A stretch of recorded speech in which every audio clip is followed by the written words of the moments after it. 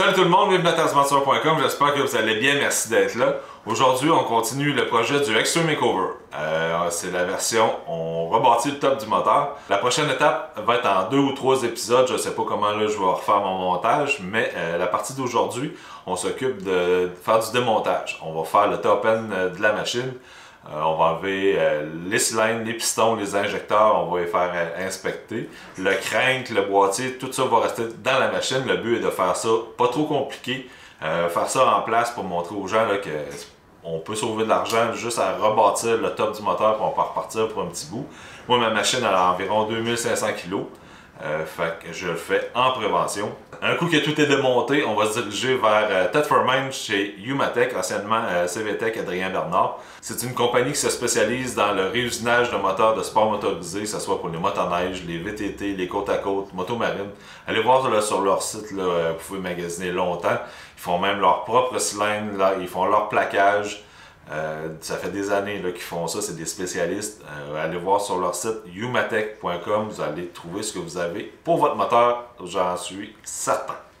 Mais pour nous aujourd'hui, on va s'occuper de faire du démontage, enlever l'équipe de refroidissement, on travaille sur la machine, le moteur, la base du moteur va rester en place. Mais avant de commencer, on s'abonne à la chaîne, on clique sur la petite cloche, on a des questions, des suggestions, je ne pas, on les écrit, je vous réponds dès que possible, puis là, on y va.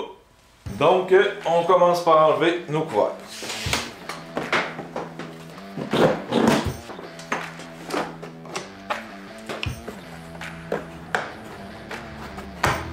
Et voilà. Bon, la console est enlevée. On va enlever la partie de l'entrée d'air.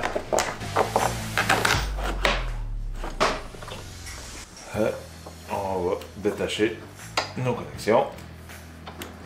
Bon, ça, ok. On va défaire l'échappement. Toujours pratique. Un petit tournevis pour enlever les ressorts avec une petite encoche dedans. Ça se fait bien.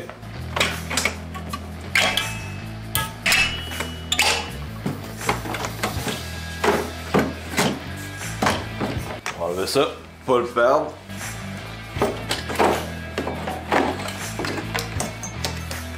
Et voilà, un morceau d'enlevé.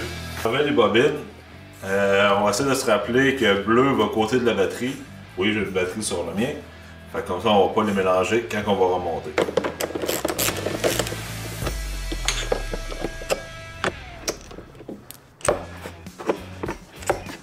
Les bobines sont lousses. On va pouvoir défaire nos fils de bougie. Il aurait pu rester là, mais si on peut se faire de la place, ça va aller mieux. On va avoir des tie wraps à couper. Celle-là ici.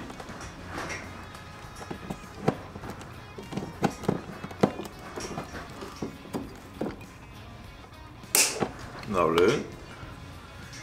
La deuxième est assez creuse. La deuxième est au fond. Juste ici. Ça va être dur à voir. Elle est au fond là. Je sais pas comment on va se rendre. Et voilà. On va avoir un connecteur à défaire ici. Le capteur dans la boîte à air. Bon. On va couper notre tie wrap ici pour enlever la sonde, le fil de la sonde du réservoir d'huile qui est juste là. Puis par après, il faut enlever le boulon ici.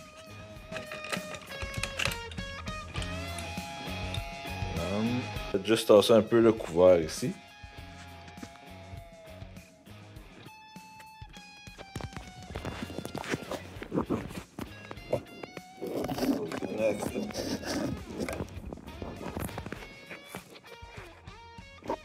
On va enlever juste un peu le réservoir et sortir de son emplacement. Maintenant, on va enlever la poulie secondaire.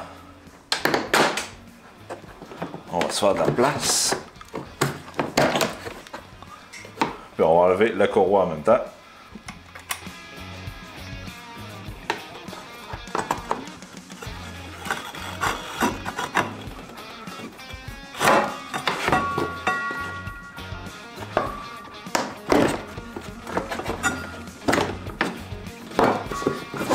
Alors, il ne reste plus qu'à démonter le boulon ici.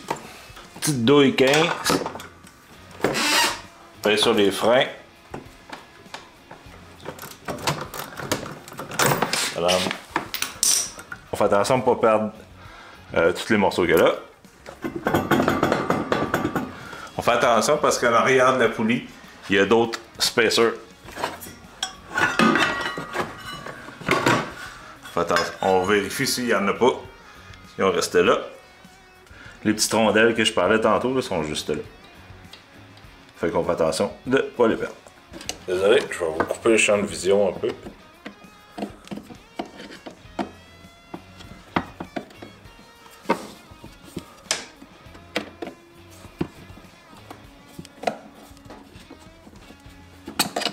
Ok, il va falloir faire l'autre côté. Pour celle-là, tu tournes avec cette toile, ça va faire le job. Quand c'est douce, ça veut dire que ça tire.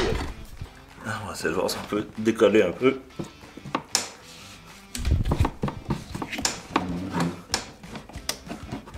Hop là.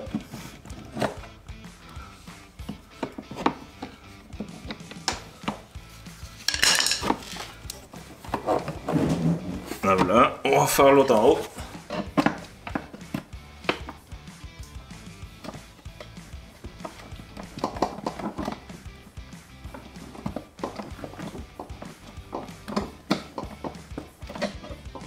Là, il y a un peu de wiggle à faire. On va essayer d'enlever la botte.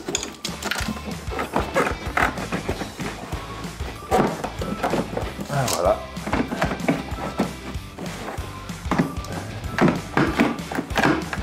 Ah.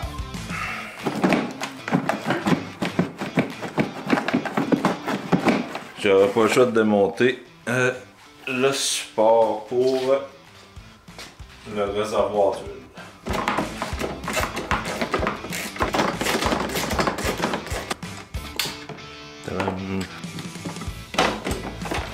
Je vais juste tasser un petit peu. Puis avec un peu de place, ça va bien aller.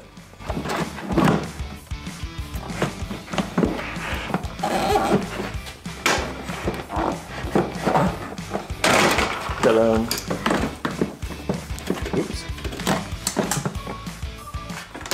Bon, là on va avoir beaucoup d'espace. On va couper nos tie wraps ici.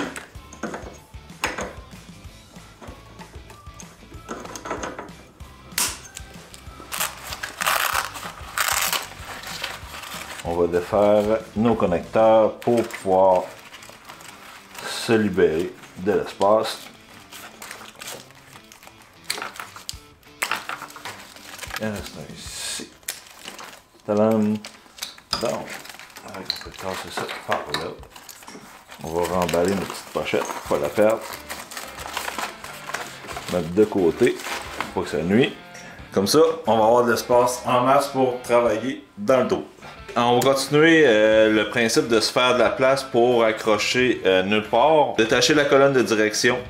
Tout simplement que ça va nuire mais qu'on enlève les valves d'échappement.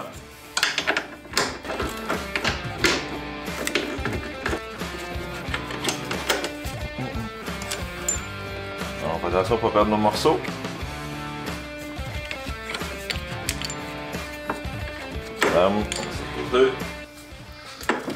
Juste ça, ça va être assez pour nous clairer de l'espace en retirant nos boulons. On va enlever nos valves d'échappement.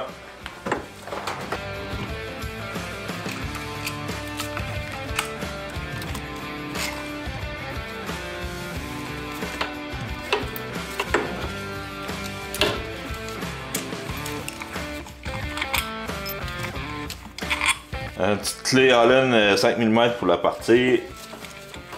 Puis par après,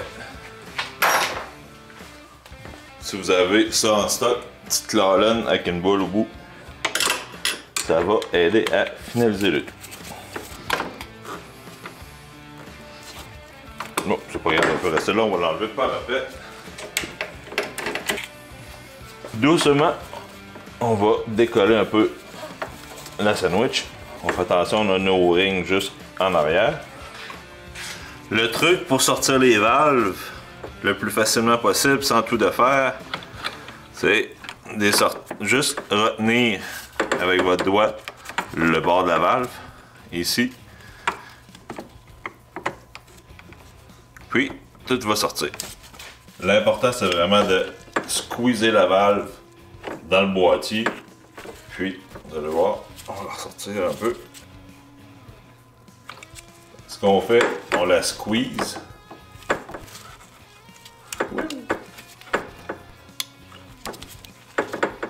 On la squeeze, puis on pivote un peu en tirant, puis ça va sortir, puis on peut laisser tout monter. Faites attention pour ne pas perdre les ressorts, puis la partie du haut de la valve. On peut laisser la sortie d'échappement là, on va l'enlever sur l'établi, ça va aller mieux, on va avoir plus d'espace. Là, on va enlever nos bougies, on va descendre le niveau de liquide de refroidissement le plus possible pour éviter de faire un mess partout dans le moteur. Donc, on va s'installer au moins pour commencer à vider le liquide de refroidissement. C'est pratique pour retirer le liquide de refroidissement, c'est une pompe à vacuum. On fait juste rentrer les pailles pour siphonner le liquide, ça évite de faire du mess, de mettre du liquide partout à terre. Donc on va commencer avec ça. En premier lieu, on va commencer par vider le plus possible via le réservoir.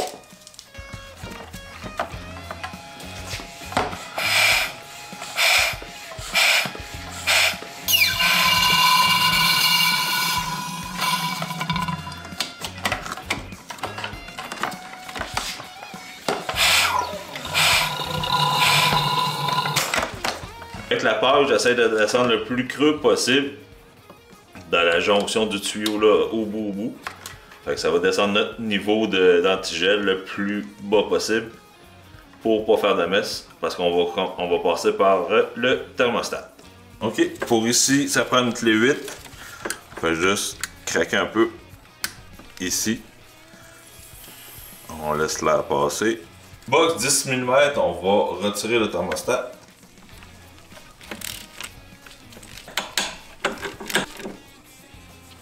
Précaution, on peut se mettre des linges pour absorber le liquide qui pourrait couler.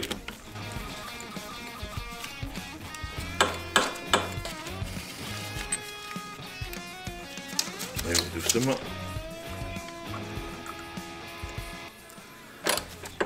On va récupérer le thermostat.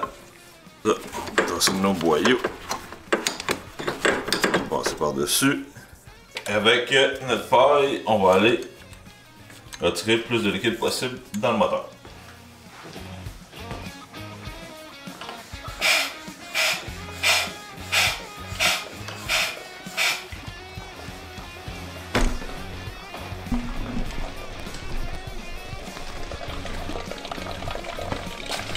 Ça se remplit tranquillement pas vite dans le réservoir.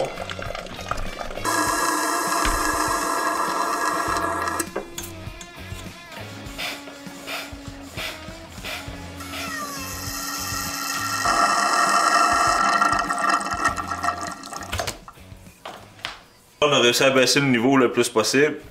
Je vais juste dévisser un peu mes bougies pour pas avoir trop de problèmes sur l'établi. Parce que moi, je vais avoir une bonne base. Après, on va enlever nos bottes de tête de moteur. Puis on va continuer d'enlever le liquide pour être sûr de descendre le plus creux possible. On va enlever aussi notre capteur de température. Et puis, on va enlever aussi cette sonde-là.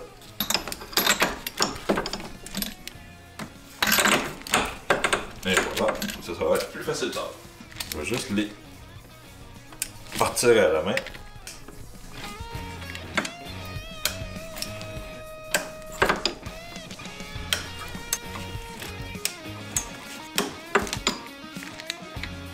On descend ça doucement.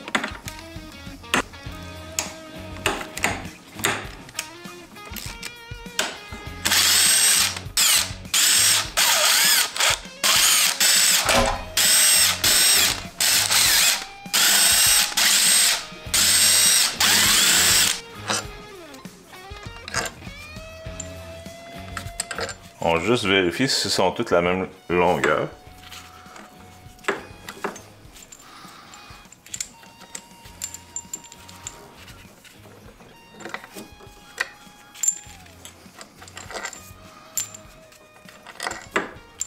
Jusqu'à présent, ça s'annonce bien.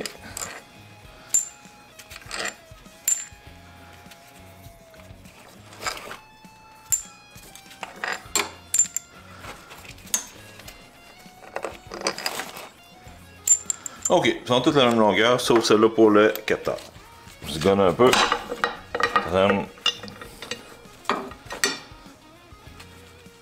Le couvert, rien de sorcier. Il y a un O-ring qui est ici. Puis il y en a un autre sur le bord des bougies. Il va falloir retirer le boyau ici. C'est pour aller dans le throttle body pour s'assurer qu'il n'y a rien gèle. Puis les petits boyaux aux sorties des valves d'échappement. Je vais juste tasser un peu.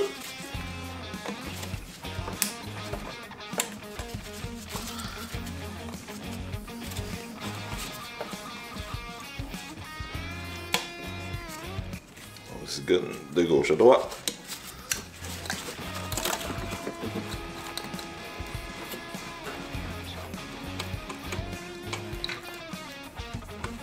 Et d'un. Désolé, on n'a peut-être pas vu grand chose là-bas, mais ici, on va bien voir. Là, je sais pas s'il reste du liquide ici. Ok, on va aller descendre ici. Le moment de vérité, en espérant qu'il ne reste pas trop de liquide. Ça ne me tente pas de toute cette.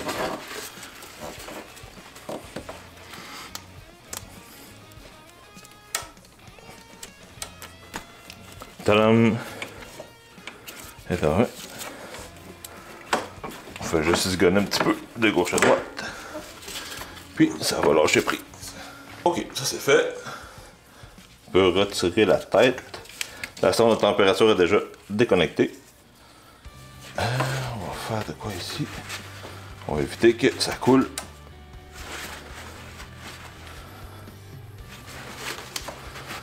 On va y aller doucement. J'avais oublié le boyau qui traîne juste ici.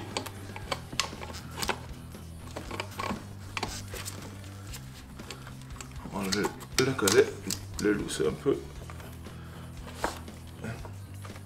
On va descendre le collet. Voilà. On va voir comment on peut se lousser ça.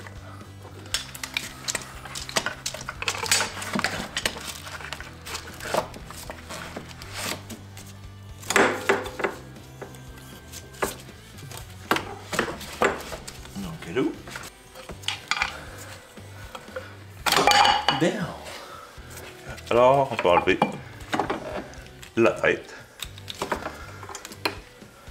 On va juste les décoller un peu partout.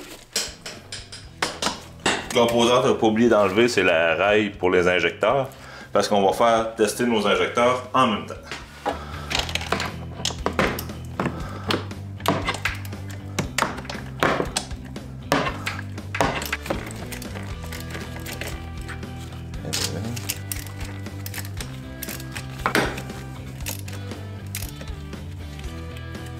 Donc nos injecteurs sont juste à la base ici, là et là.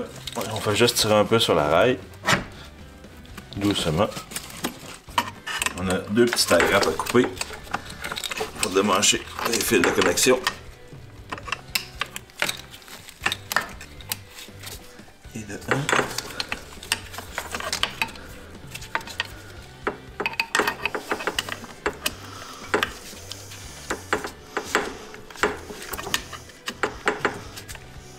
Et de deux. Et de un.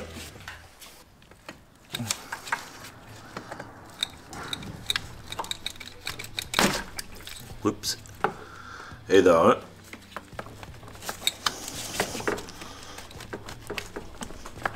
Et de deux. On va juste le monter un petit peu ici.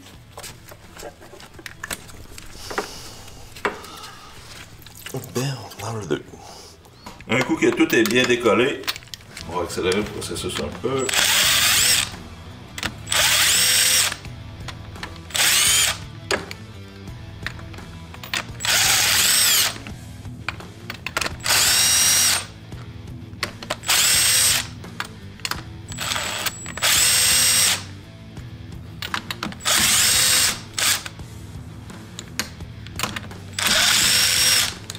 Même principe que tantôt, on va s'assurer que toutes les bolts sont de la même longueur.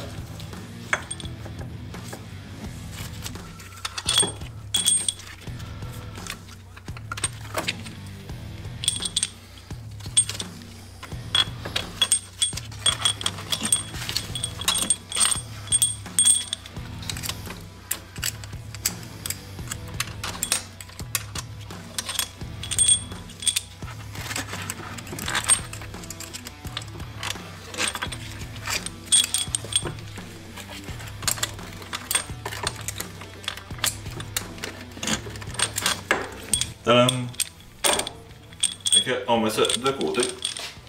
Les cylindres sont collés avec un gasket. Ça se peut que vous ayez un peu à forcer pour le décoller. Ah non. On va doucement.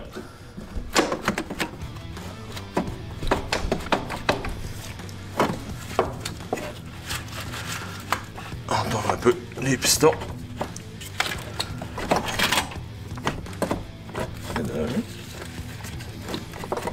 Et deux.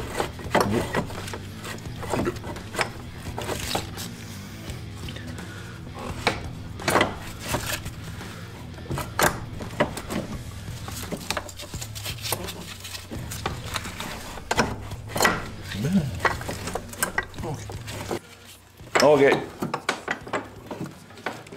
C'est pas plus compliqué que sortir ça.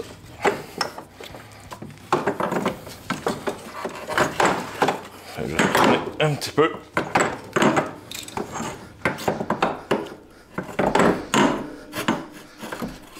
Tadam.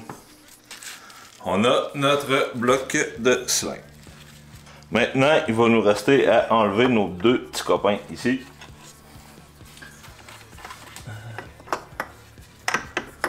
On va avoir un snap ring, un circlip à enlever chaque côté. Puis on va enlever les pins. Ça va être la partie, je pense, la plus compliquée. À partir de ce moment, je vous conseille de mettre des guenilles le plus possible dans le fond du moteur pour éviter d'avoir à tout démonter pour aller chercher un morceau qui est plus tombé dans le fond. On va essayer de boucher le plus de trous possible. Ça devrait pas pire. Pour enlever la pin du piston, on a une petite barrure qui s'appelle un circlip qui est juste ici. Ça vous prend des lunettes de sécurité parce que si elle décide qu'elle s'en va, des fois ça ne prévient pas. Un petit crochet.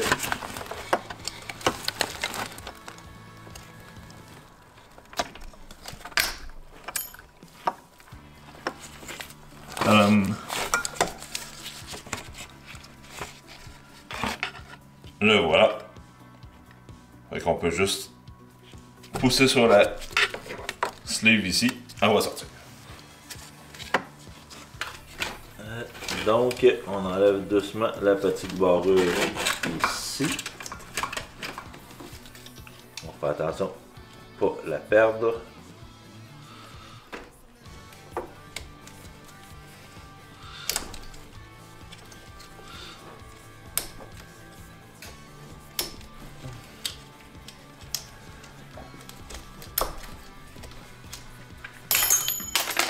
Comme je disais tantôt, ça la revole sans prévenir.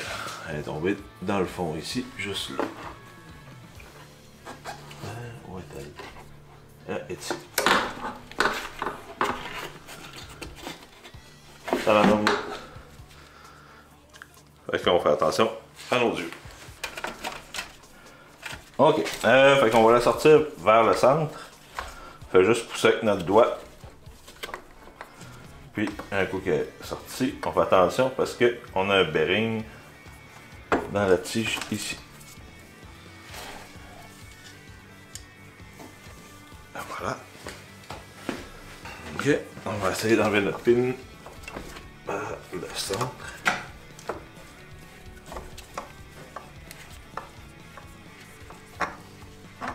Ah, on va la sortir, pas le problème. Ah, je trouve un petit quelque chose qui n'endommagera pas pour pousser.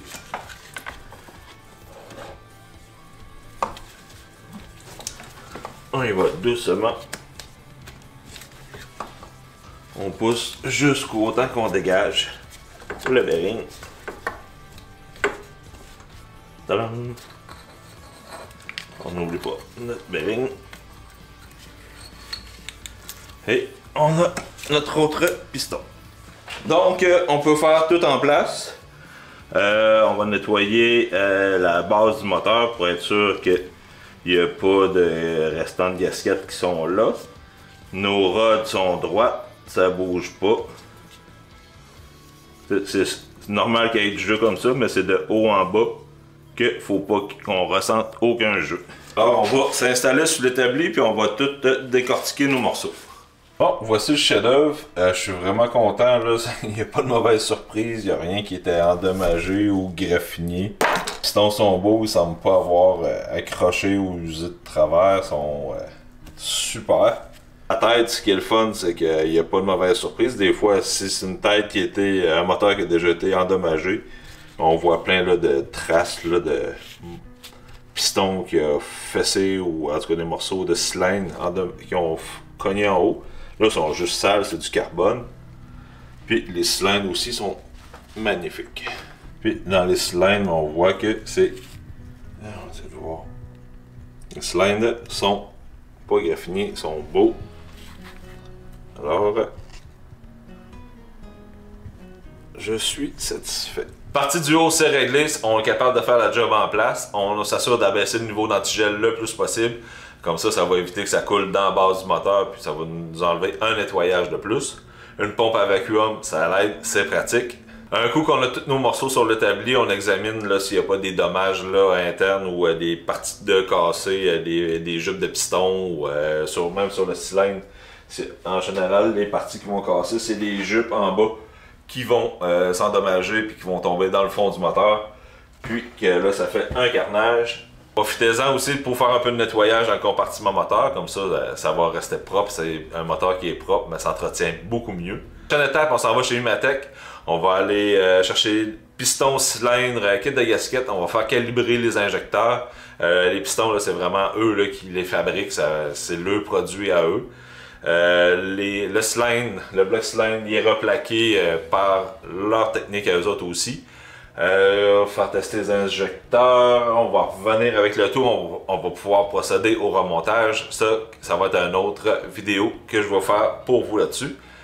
Et l'étape finale, ça va être de refaire le montage. Je vais essayer de donner le plus possible les informations, les coupes de serrage, quoi faire attention, comment bien poser les composantes, bien diriger les fils, les hoses. En tout cas, on va essayer de travailler comme du monde pour que ça dure longtemps et qu'on soit fiers de notre projet. Mais pour l'instant, c'est déjà tout. J'espère que vous avez apprécié. Si vous avez des commentaires, des suggestions, je ne gêne pas, on les écrit, je vous réponds dès que possible. On s'abonne à la chaîne et on fait attention à nous autres. Bye!